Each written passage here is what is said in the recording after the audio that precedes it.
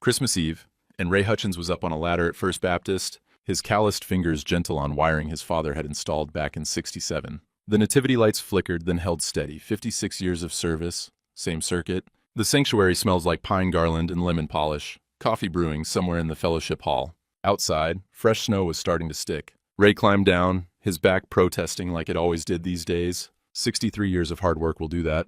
He packed his tools into the same leather belt his daddy had worn, checked his phone. Another text from Denise. Running late. Go ahead to my parents without me. Pastor Mike was watching from the doorway. Good to have it working again. Hey, I saw Denise having lunch with that insurance fellow the other day. Craig something? Ray shrugged it off. She's helping him settle in town. 20 minutes later, he was carving turkey at his in-laws' table when his 6-year-old son's voice cut through the conversation like a knife. Mommy, is Uncle Craig gonna snore in Daddy's spot tonight too? The room went silent. 23 people around that table. Denise's whole family, mostly, her parents, her sister and brother-in-law, cousins, second cousins, people Ray barely knew. He'd been married to her 19 years and still felt like the hired help at these gatherings. Tommy's words hung in the air. 6 years old, confused by the sudden silence, looking around the table like he'd done something wrong. Ray's hand stopped mid-slice. The carving knife felt heavy. He looked at Denise. Her face had gone white. The phone she'd been texting on clattered to the table. Her mother dropped the serving spoon. It hit the hardwood with a metallic ring that seemed to echo. Tommy, honey, Denise started, but her voice cracked. Ray set down the knife with deliberate care. His hands were steady, which surprised him. Inside, something was breaking apart, but his hands stayed steady. 40 years of working with live voltage will teach you control. Who's Craig? His voice came out too calm, too quiet. Denise's father, Martin, cleared his throat. Ray, maybe we should... Who's Craig? Ray repeated. Tommy squirmed in his chair. Uncle Craig, he's nice. He makes special breakfasts. The room stayed frozen. Forks suspended, glasses halfway to mouths. Ray could hear his own heartbeat, or maybe that was the grandfather clock in the hallway. He removed his apron, folded it precisely. Muscle memory, from the workshop, everything in its place. Even when your world's coming apart. Ray, let me explain. Denise was standing now, tears starting, but Ray was already walking. Past the table, past the cousins staring at their plates, past Martin's judgment hanging in the air like smoke. He'd never been good enough for their college-educated daughter anyway. Now they all knew it. The December air hit him like a slap. No coat, didn't matter. He walked to his truck, got in, sat there with the engine off. Snow was falling harder now, accumulating on the windshield. Denise came running out without a coat either, shivering in her nice Christmas sweater. She grabbed the truck door. It's not what you think. How long? Ray, please. How long, Denise? She was crying now, full-on sobbing. He needed a place to stay. He's going through a divorce. He's just a friend. In our bed? Her silence was all the answer he needed. Through the window behind her, he could see Tommy's face pressed against the glass, crying. That hurt worse than anything else. His boy, scared and confused because of adult mistakes. I'm sleeping at the workshop, Ray said. Don't bring Tommy into whatever this is. He started the engine. Denise stepped back, arms wrapped around herself in the snow. But he didn't drive to the workshop. He drove back to the church parking lot, pulled in next to the nativity display he just fixed, and sat there with the truck running. The lights glowed steady through the falling snow. Shepherds and wise men in a manger, all of them lit by circuits that worked because he'd maintained them. 3 hours he sat there.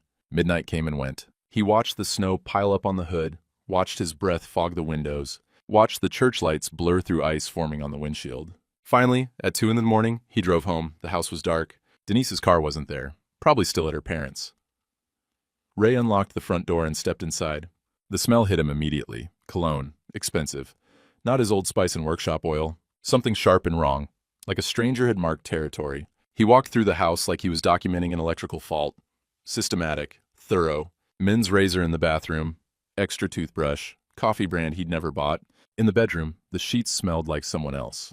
Craig's reading glasses on the nightstand. Ray's pillow had been displaced to the couch. He opened the bedside drawer, found a watch, Tag Heuer, maybe $400. The kind of watch insurance salesmen wear to look successful. On the dresser, their wedding photo was facing the wall. Denise had turned it around. Ray sat on the edge of the bed, his bed, in his house, and picked up the photo. 20 years ago, both of them younger, both of them smiling. He set it back down, face up this time. Then he started gathering Craig's things. Razor, toothbrush, cologne, watch. Put them all in a garbage bag. In the closet, he found Craig's leather jacket hanging where Ray's work coats should be. He checked the pockets out of habit. Found a hotel receipt. the Riverside Inn, Indianapolis. 2 nights, 6 months ago, room service, champagne. Ray stared at the date. That was their anniversary weekend. Denise had said she was at an educational coordinator conference in Indianapolis. The hotel was 20 minutes from their house. She'd been with Craig on their anniversary in a hotel down the road, while Ray had stayed home with Tommy and told himself marriage was about compromise and patience. Ray's hand started shaking. Not from rage, at least not just rage, from understanding. This wasn't new. This wasn't a mistake or a moment of weakness. This had been going on for months, maybe longer. And he'd been too trusting, too plain, too simple to see it. The house suddenly felt very small and very cold, and Ray realized he couldn't stay there. Not tonight. Maybe not ever again. He grabbed his father's old circuit wrench from his tool belt, the one Frank had given him in 1983 when he took over the workshop, and walked out, leaving Craig's garbage bag on the front step like the trash it was. Behind him, the house stood silent. Inside, another man's cologne still hung in the air. Tomorrow, Ray would have to figure out what came next. Tonight, all he could do was drive. Denise came back the day after Christmas. Ray heard her car in the driveway, watched her through the workshop window. She sat in the driver's seat for 10 minutes before getting out, carrying a suitcase. He met her at the door. "Can we talk?" Her eyes were red. Real tears or performed ones, he couldn't tell anymore. They sat at the kitchen table. Ray made coffee out of habit, even though it was the wrong brand now. The expensive stuff Craig liked. "It's not what you think," she started. Craig needed help. He's going through a terrible divorce. He had nowhere to go. I was just being a friend. Tommy said he snored in my spot. Tommy's 6. He got confused. Craig stayed over a few times when his apartment had issues. He slept on the couch. Ray wanted to believe her. God, he wanted to believe her. He was 63 years old. His back hurt every morning. The thought of starting over, of being alone again, felt impossible. "The hotel receipt?" he said quietly. Her face changed. Just for a second, something hard flickered behind her eyes. Then tears again. "Ray, that weekend, I did go to a conference. Craig was there for insurance training. We had dinner as colleagues. The receipt must have fallen out of his briefcase. It was a lie. He knew it was a lie. But he was tired and scared and didn't want to be alone. "We should try counseling," she said. "Dr. Patterson could see us. This is about us, Ray. About how we've grown apart, your long hours, the way you're always in the workshop." And there it was. Somehow, his work, the work that paid for this house, that kept the lights on, was now the problem. They went to Dr. Patterson. Ray apologized for being emotionally unavailable, for working too much, for not being sophisticated enough, though he didn't say that part out loud. For 3 days, Denise cooked his favorite meals. Pot roast, apple pie. She was affectionate, laughing at his jokes, touching his arm like she used to. Ray wanted desperately to believe this was real. Then Saturday came, and he decided to organize the workshop for the new year. Fresh start, clean slate. His father had installed filing cabinets in 1973, old metal ones with drawers that stuck. Ray had been meaning to sort through them for years. Mostly old invoices, supply receipts, circuit diagrams going back decades. But something was wrong. The folders were out of order, papers misfiled. Ray knew this system like he knew voltage ratings. He'd maintained it for 40 years. Someone had been going through his father's files. He found the folder marked Property Legal, shoved in the wrong drawer. Inside were documents he'd never seen, a quitclaim deed, transferring the workshop property, the land Frank Hutchins had bought in 1907, the building he'd built with his own hands, to something called Bellamy Holdings LLC. Ray's signature at the bottom. Except Ray had never signed anything. The signature was close. Someone had practiced, but the loop on the R was wrong, and Ray always dotted his I with a dash, not a dot. Electrician's habit. Precision matters. The deed was dated 6 months ago, filed with the county recorder. He kept digging. Found a property appraisal from 8 months back. He'd never authorized any appraisal. Found letters from a lawyer discussing asset transfer during anticipated divorce proceedings. They'd been planning this for at least 18 months. Before the affair was just Craig needing a place to stay. Before any talk of marriage problems. They'd targeted his father's workshop from the beginning. Ray sat in the cold workshop surrounded by Frank's tools, holding papers that proved his wife had been planning to steal his legacy for a year and a half. His phone was on the workbench. Tommy's iPad next to it, the old one Tommy used for games, the one Ray kept meaning to update.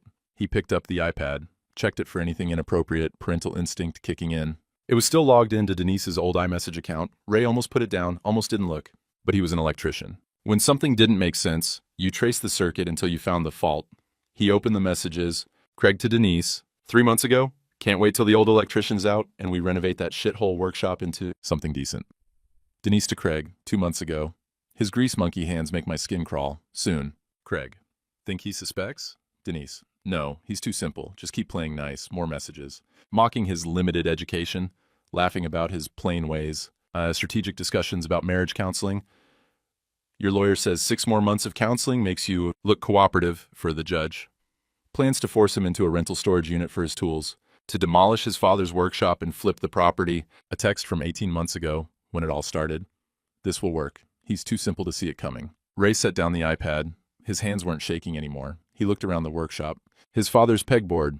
Every tool labeled in Frank's careful handwriting. The old percolator Frank had used for 40 years.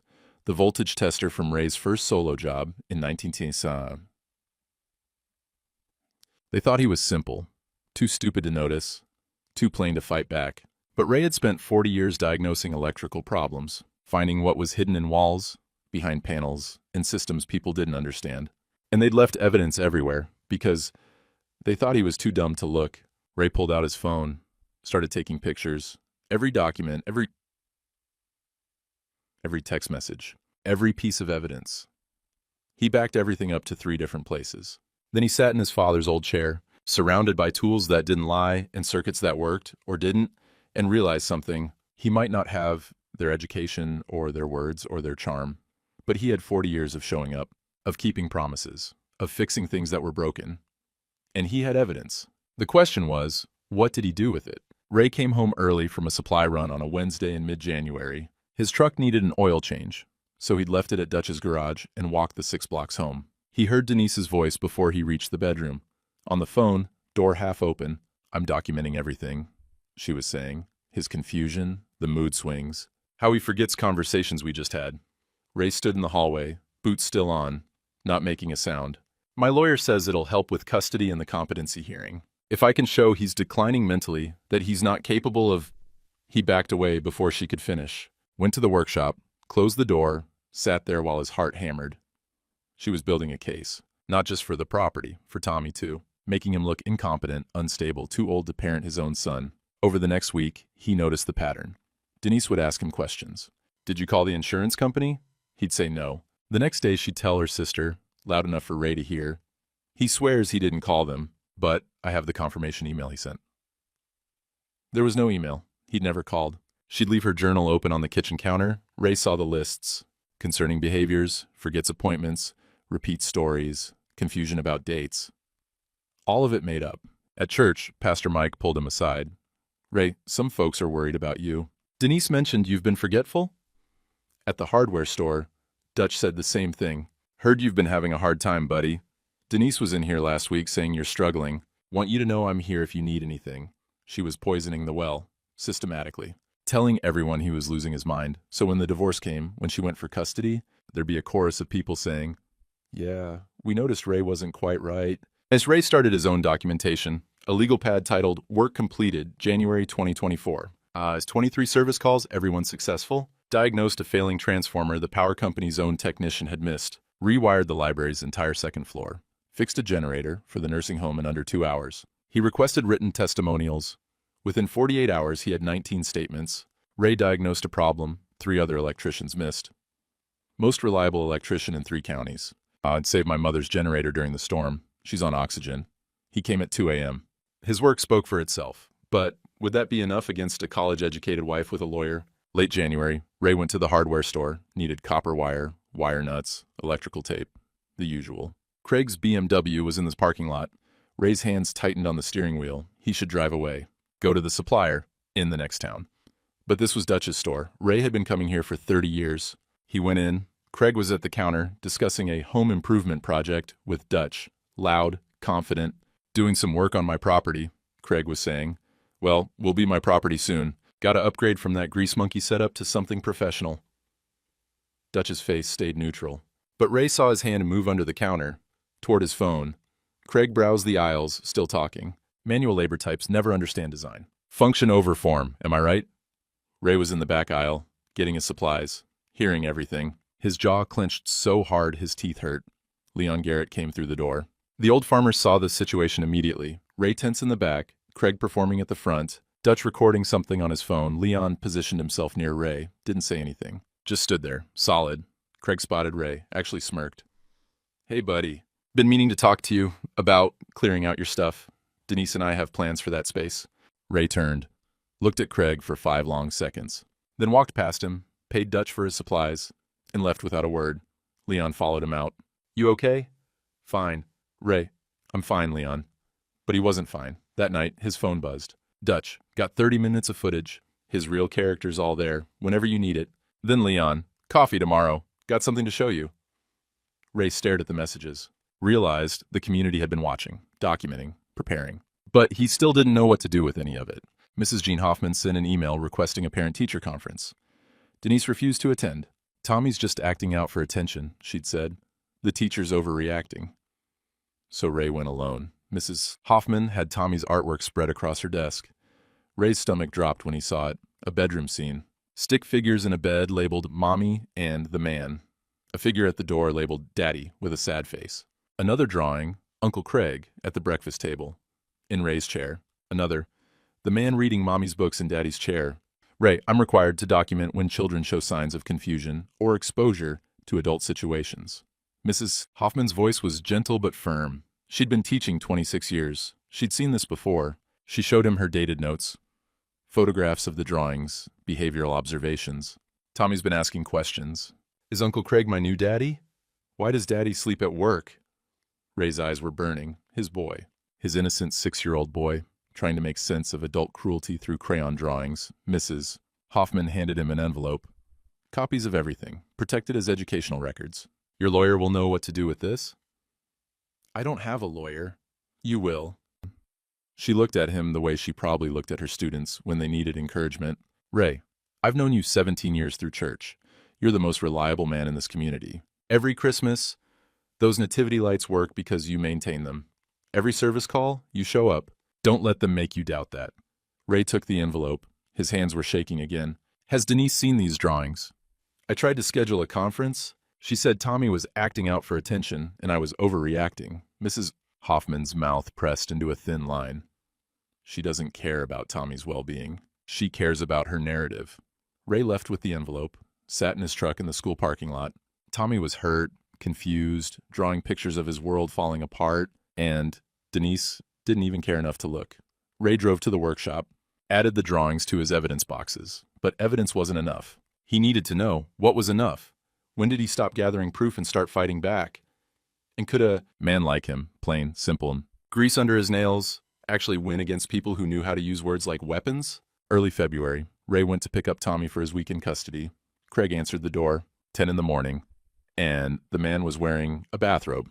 Ray's bathrobe, the old blue terry cloth one he'd had for 15 years. Oh, hey, just finishing breakfast. Tommy's still getting dressed. Ray's hands clenched at his sides. Every muscle in his body wanted to put this man through the doorframe, but violence would cost him Tommy. So he stood there, swallowing it. Come on in, I guess. Craig stepped aside, like he owned the place. Ray entered his own house. Craig's shoes by the door, Craig's jacket on Ray's chair, Craig's coffee mug on Ray's side table, the expensive kind that probably cost $20. Denise came out of the bedroom. Ray, we need to talk about pickup times. You're disrupting our morning routine. Our routine. In his house. Yeah, man. Maybe text before coming? Common courtesy. Craig smiled. Actually smiled. Ray pulled out his phone. Took a picture. The shoes. The jacket. The mug. Craig in the bathrobe. Daddy! Tommy came running. Threw his arms around Ray's waist. I missed you. Missed you too, buddy. Get your things. Craig crouched down to Tommy's level. Tommy, remember what we talked about? Indoor voices. Ray nearly lost it. This stranger, correcting his son in his house. Tommy, things. Now. Tommy heard something in his daddy's voice. Ran to get his backpack. As they left, Craig called after them. Oh, Ray, I'll be gone next weekend so you can have extra time. I'm generous like that. In the truck, Ray gripped the steering wheel so hard his knuckles went white. Daddy? Tommy's voice was small. I don't like Uncle Craig. What do you mean, buddy? He's mean to you. He says you're not smart. He laughs at your hands. Tommy looked at his own small hands. But I like your hands. They fix things. Ray had to pull over. Sat on the side of the road for 5 minutes, breathing. His 6-year-old son had been listening to them mock him for months. The next afternoon, Ray was in the workshop. Hadn't showered in 2 days, surrounded by evidence boxes. Phone full of ignored service calls. He heard a truck pull in. Didn't look up. The door opened. Leon walked in without knocking. set down 2 cups of coffee in Ray's father's old percolator mugs, sat on the workbench, said nothing. 15 minutes of silence, both of them drinking coffee. Finally, Ray spoke. "I'm not taking calls right now, Leon." "I know." More silence. "Remember 85, Leon said. "That barn fire, electrical fault. You were 23, just took over from your daddy. Everybody said rewire the whole thing. You said, no, circuit at 3's good. Circuits 1 and 2 need replacement. Saved me $40,000. 40 years ago. You've been diagnosing problems 40 years, finding what's hidden. Why are you stopping now?" "This isn't wiring, Leon. It's lawyers and people who know how to use words." "You got evidence?" "Boxes of it." Ray gestured at the stacked files. "Doesn't matter. They've got money and education." Leon was quiet for a long moment. Then, "You got something better. You got 40 years of showing up." He stood to leave, paused at the door. "Your daddy would have fought, not with fists, with facts. He'd have known he had weapons they don't." "What weapons?" "Coffee tomorrow. My place. Bring your evidence." Leon left before Ray could argue. Ray sat there, looking at his father's tools on the pegboard. The voltage tester that didn't lie. The wire strippers worn smooth from 40 years of use. Maybe Leon was right.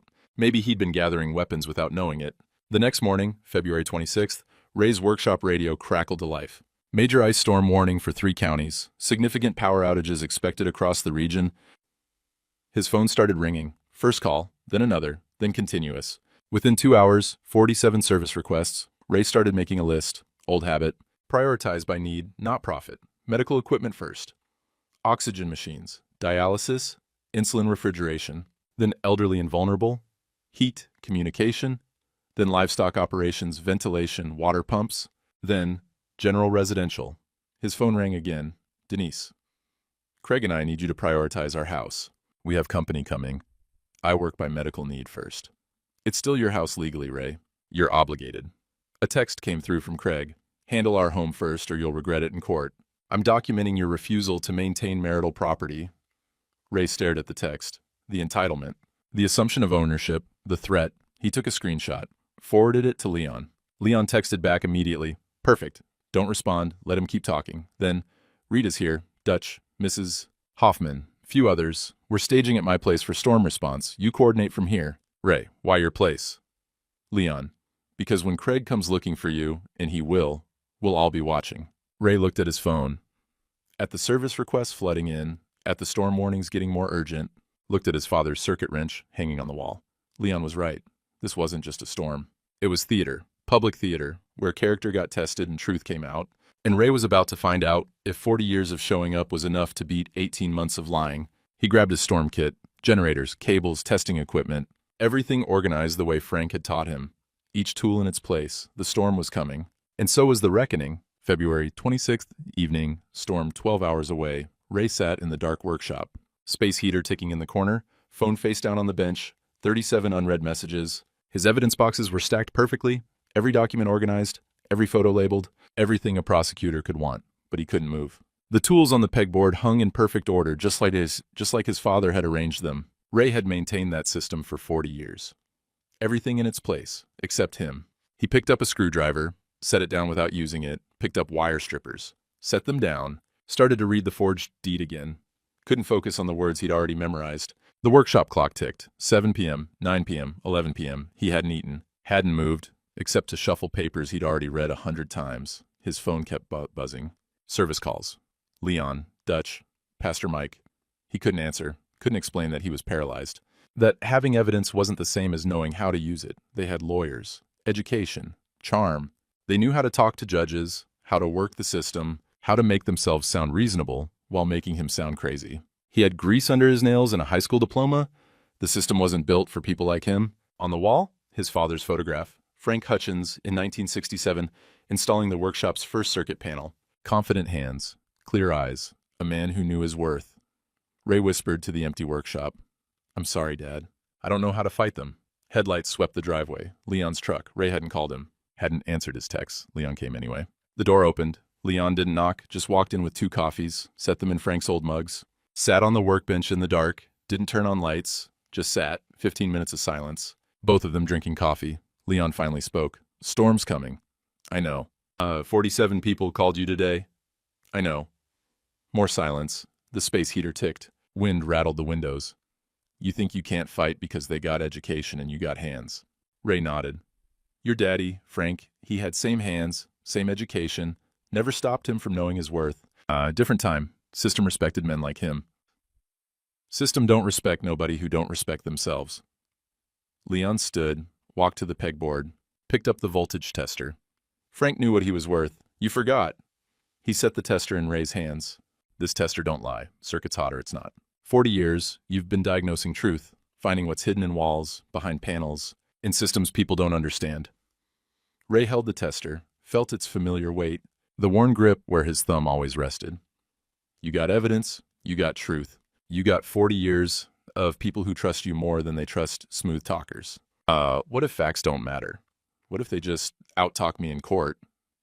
That's why you don't fight alone. Leon headed for the door. Coffee tomorrow, my place, 6 a.m. Who else? Everybody who remembers when you fixed their generator at 2 a.m. in a blizzard. Everybody who knows the difference between a man who talks and a man who shows up. Leon left. His taillights disappeared down the driveway. Ray sat alone in the dark workshop, still holding the voltage tester.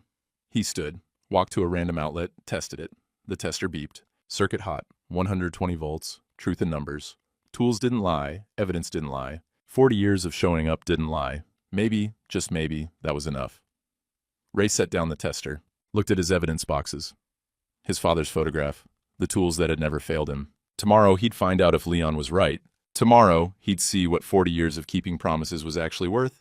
Tonight, for the first time in weeks, he allowed himself to hope. February 27th, 5:58 a.m. Ray pulled into Leon's driveway in the dark. 6 vehicles already there. He recognized them all. Rita's sedan, Dutch's pickup, Mrs. Hoffman's Subaru, 3 others, longtime clients, farmers he'd worked with for decades. Ray's stomach knotted. He almost turned around. But Leon was already on the porch, coffee in hand, waving him in. The farmhouse kitchen was warm. Big table covered with file folders, a laptop, legal pads. Rita sat at the head with organized binders. Dutch beside her, Mrs. Hoffman. 3 farmers Ray had known since the 80s. What is this? Ray stood in the doorway. Evidence review and tactical planning. Rita gestured to an empty chair. Sit down, Ray. I don't need... Ray. Leon's voice was quiet but firm. I don't do charity. You fixed my barn wiring in '85, kept my equipment running 40 years. I pay debts. Now sit. Ray sat, felt surrounded, overwhelmed, like he was taking up too much space. Rita opened the first binder. I'm a paralegal at County Legal Aid. I specialize in elder exploitation and custody cases. I've been reviewing your situation pro bono for 3 weeks. 3 weeks? Dad called me after he saw you sitting in your truck at the diner. 2 hours, staring at nothing. I started asking questions. She laid out a timeline. Organized, color-coded, cross-referenced. The affair timeline, the property fraud timeline, the gaslighting campaign timeline. You're not looking at simple adultery. You're looking at systematic fraud, identity theft, conspiracy to commit theft, and attempted custody manipulation. Dutch leaned forward. I got security footage. 3 separate incidents of Craig at my store. Each time, he gets more aggressive, more entitled, more openly contemptuous of manual labor types. He slid his phone across the table. 27 people saw the video before I made it private. Your character versus his, Mrs. Hoffman added her contribution. Tommy's drawings, my dated observations, documentation of his statements about Uncle Craig and questions about family structure, all protected as educational records under state law. Your wife refused a conference. I noted that too. The 3 farmers each pushed forward written testimonials. You diagnosed my grain dryer problem in 15 minutes. 3 other electricians said replace the whole thing. Cost me $2,000 instead of 20. 2 a.m., ice storm, my dairy operation losing power. You came first. Didn't even bill me for the emergency call. My mother's on oxygen. You've prioritized her generator for 8 years. Never once failed to show. Ray's eyes were burning. He hadn't known. Hadn't realized people were watching, documenting, preparing. Rita wasn't done. She slid forward a thick folder. I put out a request 3 weeks ago. Quiet. Just asked people who'd worked with you to send a few sentences about their experience. She opened the folder. Pages and pages of statements. 19 testimonials from clients. Business owners, 3 retired teachers, a county judge whose generator you fixed during last year's storm. Rita's voice softened. Ray, every single one uses words like reliable, competent, trustworthy. Nobody coached them. This is what 40 years looks like in writing. Ray tried to speak, couldn't. Leon set a hand on his shoulder. Your wife thinks you're simple. You're not. You're strategic. Every time you showed up on time. Every fair price. Every 2 a.m. call you answered. You were building this. I was just doing my job. Exactly, Rita said. You were doing your job with integrity. They were planning fraud. Guess which one a judge respects more? She pulled out another set of documents. Legal filings, already prepared. Criminal fraud charges for the forged deed. I've worked with the county prosecutor. They're ready to file the moment we give them the signal. And she laid out another stack. Emergency custody motion. We have Tommy's drawings, my observations as mandated reporter, your documented competence, her documented refusal to engage with his trauma. Another stack. Witness affidavits. Everyone in this room, plus 12 others, all testifying to your character, your competence, your standing in this community. Ray looked around the table, at faces he'd known for years, decades, some of them. Why? His voice came out rough. Why all this? Leon answered. Because 40 years ago, you could have overcharged me on that barn rewiring. Young kid, just took over from his daddy, could have padded the bill, and I'd never known. You charged me fair. Been charging fair ever since. On Dutch. Because you're the only contractor who doesn't treat my store like a free tool library. You buy what you need, keep your account current, respect my time, Mrs. Hoffman. Because for 17 years, you've maintained our school's electrical systems. Never once asked for recognition, just did the work. The farmers nodded. One spoke. Because men like you, men who keep their word, who show up when it's hard, are getting rarer. We let them steal your daddy's workshop. We're saying that don't matter no more. Well, it matters to us. Ray had to look away. 40 years of work, and he'd thought it didn't mean anything. Thought education and charm mattered more than showing up. He'd been wrong. Rita pulled everyone back to business. Here's the strategy. 3 tracks, all running simultaneously. She ticked them off on her fingers. 1. Criminal fraud charges, filed tomorrow morning. Served during the storm. 2. Emergency custody order, filed simultaneously. Tommy's safety is non-negotiable. 3. Witness coordination. Everyone here has a role. Leon added his piece. Storm creates perfect conditions. Craig will demand service. He won't be able to help himself. Entitled men never can. He'll show his true character in front of witnesses. Where? Ray asked. Here, my farm. We stage storm response for my machine shed. Coordinate service calls, coffee, generator backup. When Craig comes, and he will, we'll all be here. I'm a Dutch. I'll document everything. My phone, my camera, all of it legal. His behavior in public space. Rita nodded. Craig's text demanding priority service. That's attempted coercion, false property claim. He'll hang himself with his own words. What if he doesn't come? Leon smiled. He will. Entitled men always do. They can't help themselves when they think they're in control. And Rita laid out Ray's specific role. You coordinate storm response. Professional. Ethical. Prioritize by need, not connection. Prove your competence under pressure. Do not engage Craig verbally. Let him talk. Let witnesses observe. Your work speaks. His mouth will condemn him. Papers get served by me. Legal formality. You stay focused on the work. After confrontation, return to work. Dignity through action, not words. The group spent the next hour assigning roles. Who documents what, who witnesses what, where everyone positions themselves. Military precision applied to rural solidarity. Finally, Rita looked at Ray. One more thing. Your mother-in-law might testify for Denise. Carol hates me. Has since the wedding. Probably, but we document everything. If she lies, we prove it. If she tells truth, we use it. Either way, we're prepared. Leon stood. Storm hits tonight. 11 p.m., power goes out. By midnight, your phone will be flooded. By 6 a.m. tomorrow, Craig will be at my farm. Be ready. What do I say to him? Nothing. Your work talks. His mouth will do the rest. Ray looked around the table one more time. At people who'd shown up when he thought he was alone. Thank you, he managed. Leon shook his head. No thanks needed. This is what neighbors do, what communities do. We protect our own. Ray drove home as the sun came up. His phone was already starting to ring. Advanced service requests for the storm. He spent the day preparing, methodically, the way Frank had taught him. Storm kit, generators, cables, testing equipment, safety gear. Everything checked twice. Everything in its place. 7 p.m., the phone rang. Denise. Putting Tommy on. Daddy, be safe in the storm. I love you. Love you too, buddy. See you soon. Denise's voice into the background. Don't make promises you can't keep, Ray. He hung up, jaw clenched, picked up his father's old circuit wrench, the one Frank had carried for 40 years, clipped it to his belt. The radio crackled. Ice beginning, roads deteriorating, power outages starting across the region. His phone exploded with calls.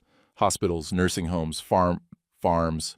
Ray grabbed his keys, took one last look at the workshop, at his father's photograph, at the tools that didn't lie, at the evidence boxes that would finally see daylight.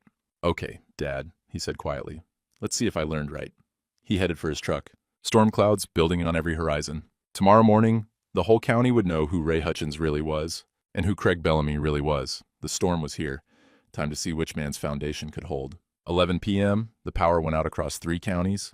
Ray's phone lit up like Christmas. Call after call after call. Leon's machine shed had become command center, maps spread across workbenches, radio crackling with emergency reports, generator running smooth. 12 people coordinating.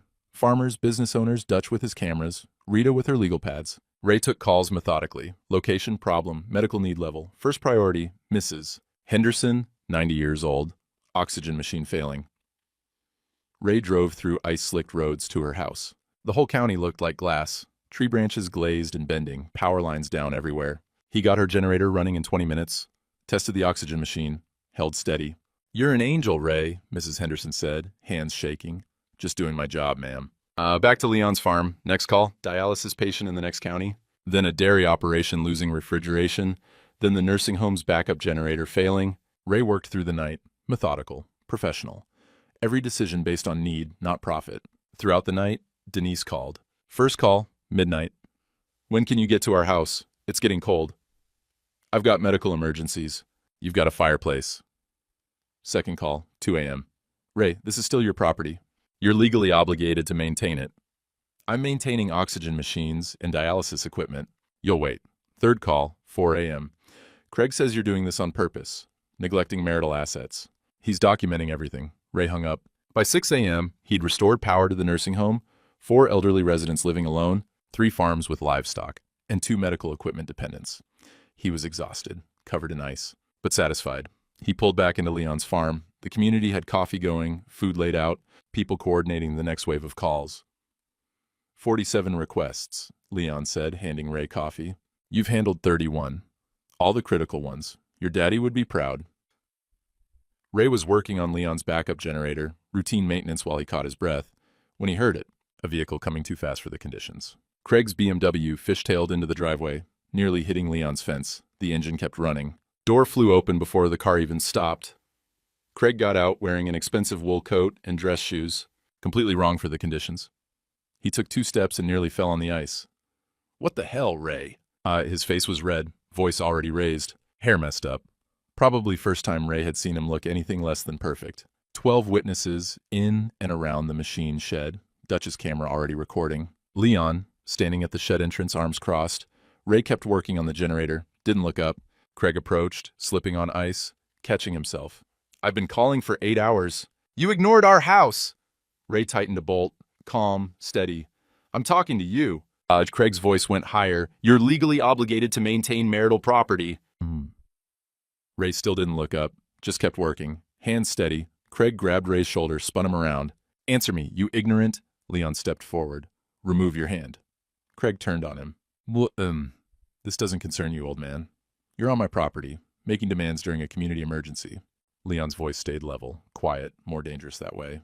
"Everybody here's been up all night handling actual problems. You're screaming about residential comfort." Craig looked around, saw the faces watching him. All these rural people he'd dismissed as simple. His eyes landed on Ray again. "You don't understand. That property is mine. He's abandoning it." Rita emerged from the shed, folder in hand. "The property at 447 in Hickory, owned by Raymond Frank Hutchins as of 1967, transfer from his father. You claiming otherwise." Craig's face changed, just for a second, calculation happening behind his eyes. "It was transferred 6 months ago, legal and done. Via forged quitclaim?" Rita's voice stayed professional. "Cool. Because Ray never signed transfer documents. His wife signed on his behalf. Legal power of attorney. Denise never had POA?" Rita opened her folder. "And you just admitted to knowing about a property transfer Ray never authorized. In front of..." She looked around, counted. 12 witnesses, all recording dates and statements, some recording video. Craig's face went white, then red, realization hitting him. "This is entrapment, and this is you showing who you are when you can't get your way." Leon gestured around. "We've been watching you 6 months, Craig. Hardware store, 3 times, showing your contempt for working people. Ray's driveway, marking territory. Now here, demanding special treatment while people on oxygen are waiting. None of this is legal. All of it's legal, Rita said. Public space, public statements, public behavior. You want to claim you own Ray's property? That's a statement we can document. Craig backed up, slipped on ice, caught himself. This doesn't matter. Denise is divorcing him anyway. House, property, everything splits. About that, Rita pulled papers from her folder, walked forward, served Craig directly. Fraud charges, county prosecutor. Forged signature on quitclaim deed, dated 6 months ago. Your name defendant. Craig's hands shook as he read the papers. Rita turned to Ray, served him a second set. Emergency custody order, granted this morning. Property freeze. Competence affidavits from 19 community members. Craig looked up from the papers. You can't prove I forged anything. Dutch held up his phone. Got footage of you bragging about renovating your property 3 weeks ago, before any divorce filing. You claimed ownership before any legal right. That's not... Also got footage of you calling Ray a grease monkey and saying manual labor types. Don't understand design. Dutch smiled. Posted privately. 27 people saw it, shared it. You're not real popular right now, Craig. Craig looked around the machine shed. At 12, faces watching him. Farmers, teachers, business owners, people he'd dismissed as beneath him. All of them standing with Ray. You people don't understand how the world works. We understand just fine, Leon said. Character matters. Keeping your word matters. Showing up at 2 a.m. matters. You got education and nice words. Ray's got 40 years of proving he means what he says. Another vehicle pulled in. Carol's sedan. Denise in the passenger seat. They'd come to support Craig.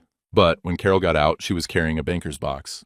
And she walked right past her daughter, straight to Ray. Carol set the banker's box on the workbench. Looked at Ray with something like regret. Ray, I owe you truth. She opened the box, started pulling things out. Birthday cards, 19 years of them, every one Ray had sent her, handwritten. Thoughtful messages about hoping she was well, thanking her for raising such a strong daughter, wishing her happy holidays. Every year, Carol said, handwritten, more care than my own daughter showed me. Photographs, Ray teaching Tommy to fish. Ray and Tommy building a snowman. Ray fixing Carol's porch light last summer. I took these, secretly, because I was watching you. 17 years I watched. Denise approached from the car. Mom, what are you doing? Carol turned to her daughter. What I should have done when you started this affair 2 years ago? The machine shed went silent. Yes, Carol said. I knew. 2 years, not 18 months. 2 full years you've been planning this. Denise's face went white. Carol pulled out a notarized statement. I stayed quiet. Family loyalty. But watching Ray these past weeks, she looked at him. His dignity, his silence, while you two mocked him. She turned to the witnesses. My daughter's been planning this since 6 months into her marriage. She told me over wine one night. Said she'd married security but deserved better. Wood said Ray was limited and she'd made a mistake. Mom, I told myself it was cold feet. Marriage adjustment. I stayed quiet because you're my daughter. Carol's voice cracked. But you targeted his father's workshop. You forged his signature. You tried to make him look incompetent so you could take his son. She handed Ray the notarized statement. Timeline of the affair. Witness to conversations about the property plan, character testimony. Some men talk about respect and honor, Carol said. Ray lives it. I was wrong about him. You never deserved him. Craig stepped toward Denise. This is your fault. Your mother just... My fault? Denise's voice went shrill. You said this would work. You said he was too simple. I said we had to be careful.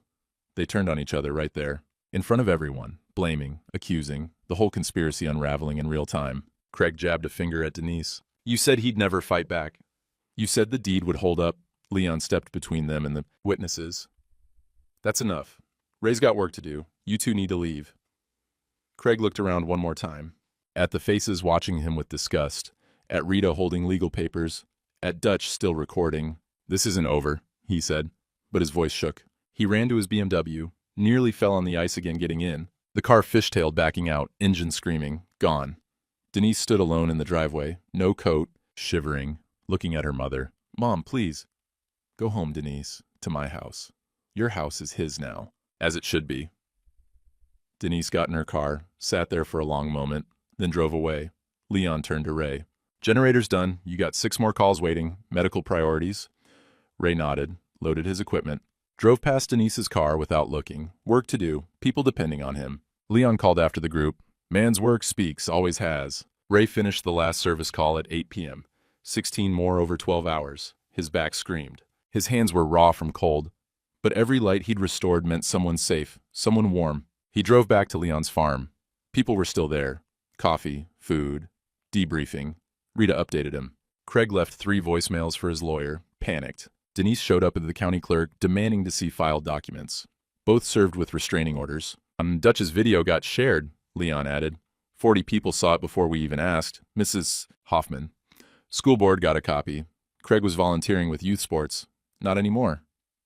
Ray just nodded, too tired for satisfaction. Pastor Mike arrived, stamping snow off his boots. Ray, wanted you to hear from me. Church board met. We want you to know you're welcome, supported. We've asked Denise to take time away from children's ministry. For everyone's sake. I don't want her exiled, Ray said quietly. Just want Tommy safe. That's why we support you. No vengeance, just protection. Pastor Mike put a hand on Ray's shoulder. That's character, Ray. Rosie from the diner brought food. On the house, like always. They treated him normally. Not like a scandal victim, not with pity, with respect. Ray realized they'd always respected him. He'd just been too busy doubting himself to notice. February 28th, evening. Ray and Tommy at the kitchen table. The house felt different, lighter. Craig's belongings were gone. The cologne smell was fading. It felt like Ray's home again. Grilled cheese and tomato soup. Simple. Good. Is Uncle Craig coming back? Tommy asked. No, buddy. Just you and me now. Good. Tommy took a bite of sandwich. I didn't like him. I know. I'm sorry you had to see all that. Mrs. Hoffman said it's okay to tell the truth, even when it's hard. Tommy looked up. I told the truth about the snoring. Was that okay? Ray's throat tightened. You did exactly right. Never apologize for truth. After dinner, Tommy drew at the table while Ray washed dishes. New drawing, stick figures labeled Me and Daddy in the workshop, tools drawn carefully. Can you teach me to use these? Tommy pointed at the tools in his drawing. Soon as you're ready. Your Grandpa Frank taught me when I was 7. I'll teach you at 7. That's only next year, Ray smiled. First real smile in months. Bedtime. Tommy asked Ray to stay until he fell asleep. So Ray sat in the doorway, watching his son breathe peacefully, safe, protected. This was what he'd been fighting for. Not property, not pride. This peace, this safety. March 1st. Ray met Rita at her office. She laid out papers efficiently. Fraud charges stick. Craig accepted a plea deal. Restitution, probation, permanent restraining order. Can't contact you or Tommy. Divorce? Denise signed everything. No contest. Full custody to you. Supervised visitation for her. Property division, heavily in your favor, given the fraud attempt. Workshop? Secured. Deed corrected. Your name only. Craig's LLC dissolved. Ray nodded. It was done. Finally done. And Denise? Rita's mouth pressed into a line. Lost her college coordinator position. Ethics violation for false statements about your competence. Moved back with her parents. There was a knock. Carol entered hesitantly. Can I speak to Ray? Rita left them alone. Carol sat across from him. I'd like to see Tommy sometimes, if you'll allow it. He's your grandson. Of course. Not asking for Denise, asking for me. Carol's hands twisted in her lap. I'd like to build what I should have built years ago. Real relationship. You're welcome anytime. Ray met her eyes. But Carol? Tommy talks about truth now. A lot. Don't lie to him. I won't, she nodded. I learned that lesson watching you. They planned Sunday dinners. Ray, Tommy, Carol. Building family from honesty instead of obligation. Ray walked out into March afternoon. Warmer. Snow mostly melted. Mud and grass visible. Tommy was waiting in the truck doing homework. What you working on? Drawing tools. We're learning about jobs people do. I'm doing electrician. Ray's chest tightened with pride. Spring coming, renewal season. His phone rang. Pastor Mike. Ray, church board has a proposal. Can you come by tomorrow? About what? Complete electrical system upgrade. Every circuit, every panel. Your father installed the original in 1967. Seems right you bring it into 2024. 6-month project if you're interested. Ray looked at Tommy's drawing, tools carefully labeled. Can it wait till summer? I have a teaching project starting then. Pastor Mike laughed. Tommy? Kid's got questions. Time I gave him answers like my daddy gave me. Summer's perfect. We'll plan around you. Ray hung up, started the truck. Tommy looked over. Daddy, are we okay now? Ray thought about it, really thought about it. They'd lost things. The marriage was gone. Trust had been shattered. Some scars wouldn't heal, but Tommy was safe. The workshop was secure, the community stood with them, and summer would bring teaching, legacy, continuity. Yeah, buddy, Ray said. We're okay now. Tommy smiled, went back to his drawing. Ray drove home as the sun set, spring evening, warmth returning. Everything that needed fixing was finally getting fixed. One circuit at a time. Late March, Saturday morning at the hardware store. Ray and Tommy browsing wire gauges. Tommy touching everything, asking questions about every tool. Why is this one red and that one black? Hot and neutral, I'll teach you. Dutch came over with the connectors Ray needed. Ray, got those 3/4 inch you called about. Tommy wandered down the tool aisle, small hands running over everything within reach. A farmer Ray had worked with for 20 years stopped by. Ray, generator's making a funny noise. You got time next week? Tuesday work? Perfect.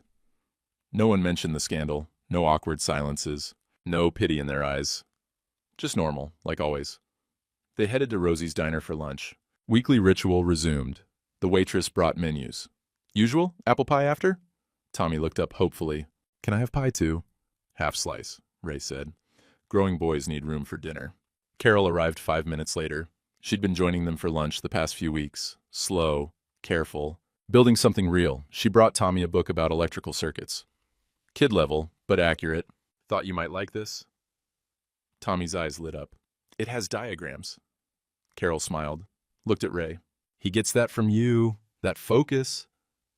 Gets it from his grandpa Frank, more like. They ate and talked. School, weather, the church project starting in summer. Easy conversation, no tension, no hidden agendas. Just family, the kind you build by choice. Afternoon, in the workshop. Tommy watching Ray repair a generator, standing close, asking constant questions. Why's that wire blue? Neutral, completes the circuit, let me show you. Ray pulled out a simple diagram, drew the current flow. Tommy absorbed every word. When you're 7, we'll start real lessons. That's only in June. I know, Ray smiled. Your grandpa started teaching me at 7, same tradition. The church committee stopped by that evening. Pastor Mike and 3 board members. Tommy drew at the workbench while adults talked.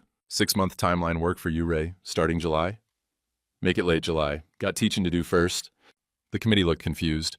Ray nodded toward Tommy. He turned 7 in June. Time for real lessons. Once he's got basics, we'll tackle the church together. Pastor Mike's face softened. Understanding. Your father would be proud, Ray. Doing what he taught me. Show up, keep promises, pass it on. That's why he'd be proud. June came warm and bright. Tommy's 7th birthday was a small affair. Just Ray, Tommy, and Carol at the house. Cake, presents, laughter. Ray brought out a package wrapped in newspaper. Tommy tore it open. A tool belt, child-sized. Ray had made it himself in the workshop, working late nights, getting the fit right. Tommy's mouth fell open. For me? For learning. Electrician takes care of his tools. Tools take care of him? Tommy put it on immediately, adjusted the belt like he'd seen Ray do 1,000 times, stood straighter. Can we start now? Ray laughed. Tomorrow, buddy, tomorrow. July 4th weekend, Saturday morning. Workshop warm with summer sun through the windows. Ray set up the first lesson, simple circuit, battery, switch, light bulb. First thing you learn, testing. Never assume. Always test. He demonstrated with the multimeter, red probe, black probe, numbers appearing on the screen, red to hot, black to neutral. What's it say? Tommy squinted. 120. 120 volts. That's residential standard. Perfect reading. Ray guided Tommy's hands, small fingers wrapped around the probes, Ray's hands steadying them. My daddy taught me this exact lesson. 1967, I was 7 like you. Same tool even. Ray showed Tommy the old voltage tester. This was Grandpa Frank's. 40 years I've used it. Someday, it'll be yours. Tommy held it like it was made of glass. I'll take care of it. I know you will. They moved to wire stripping. Proper angle. Right pressure. Tommy's first few tries were clumsy. Ray showed him again. Patient. Like Frank had been patient with him. Never work live unless you have to. Test twice. Trust the tool, not your assumptions. Test twice, Tommy repeated. Good. Now let's wire a simple switch. An hour of patient instruction, cutting wire to length, stripping insulation, connecting terminals to the switch, running wire to the light bulb. Tommy's hands shook a little. Concentration fierce. Like this? Exactly like that. Now tighten the screw. Gentle. Don't strip it. Tommy tightened. Careful. Precise. Now flip the switch. Tommy flipped it. The light came on, his face pure joy, wonder, pride. I did it. You did. Ray's chest felt tight. Your first circuit won't be your last. Tommy stared at the light, at the switch, at the wires he'd connected. Can we do the church lights together like you did with Grandpa? That's the plan. You'll help me all summer, learn on the job like I did. Will people watch? Some will. But we're not working for them. We're working because it needs doing right. And like Grandpa taught you. Exactly like that. Early evening in April, church sanctuary, Ray and Tommy on the ladder together, updating the nativity wiring, the same display Ray had fixed on Christmas Eve when his world was about to shatter. Now here he was, 5 months later, teaching his son. Tommy held the flashlight. Ray guided his hands through the connections. This wire goes here? That's right. Twist 3 times, clockwise. Good. Leon and Carol sat in the back pew, coffee and thermoses, watching quietly. Carol whispered something Ray couldn't hear. Leon's voice carried better. Different kind of person. Some people see, some don't. Ray showed Tommy how to test the connection. Grandpa Frank installed this in 1907. I maintained it 40 years. Now you're learning. That's what matters. Keeping things working. Keeping promises. Showing up? Tommy asked. Ray smiled. Exactly. Year after year. That's how you measure a man. They tested the circuit. Lights glowed steady. We did it! Tommy was bouncing on the ladder. You did most of it. Good work. Pastor Mike came in, footsteps echoing in the sanctuary. Looking good, gentlemen. Be ready for Christmas, Ray said. Always are. 43 years running. Outside, spring rain started. Gentle percussion on the roof, against the stained glass windows. Ray and Tommy packed tools together. Tommy's small tool belt matching Ray's larger one. Same organization. Same care. Tommy's drawing was tacked to Ray's toolbox. Stick figures labeled "Me and Daddy Fixing Things." Crayon on construction paper. Simple. True. They climbed down. Ray handed Tommy the voltage testers. Your turn to carry it? Tommy took it, held it carefully. Understanding the weight of it, not just the metal and plastic, but what it represented. 3 generations of honest work. They walked toward the door, Tommy's hand in Ray's. Daddy? Yeah, buddy. What do we fix next? Ray thought about it. About the church project starting next week. About the service calls stacking up. About all the circuits and generators and panels that would need attention over the coming years. About teaching Tommy every single one of them. Everything that needs fixing, he said. 1 circuit at a time. Together? Always together. They walked out into the spring evening. The rain had stopped. Sunset breaking through clouds. Everything washed clean. Tommy wore his tool belt like Ray wore his. Comfortable, natural, like it belonged, because it did. Ray looked back at the church one more time. At the nativity lights glowing through the window. Working because he'd maintained them. Because his father had installed them right in the first place. Because some things, when you build them solid and tend them careful, last for generations. He opened the truck door for Tommy. Watched his son climb in with his tool belt and his book and his drawings. Watched him look at the voltage tester with reverence. And Ray understood something his father had known all along. Legacy isn't what you leave behind when you're gone. It's what you put into small hands while you're still here to guide them. Some months later, Ray sits in the workshop on a Saturday evening. Spring rain drums on the metal roof. Steady, peaceful.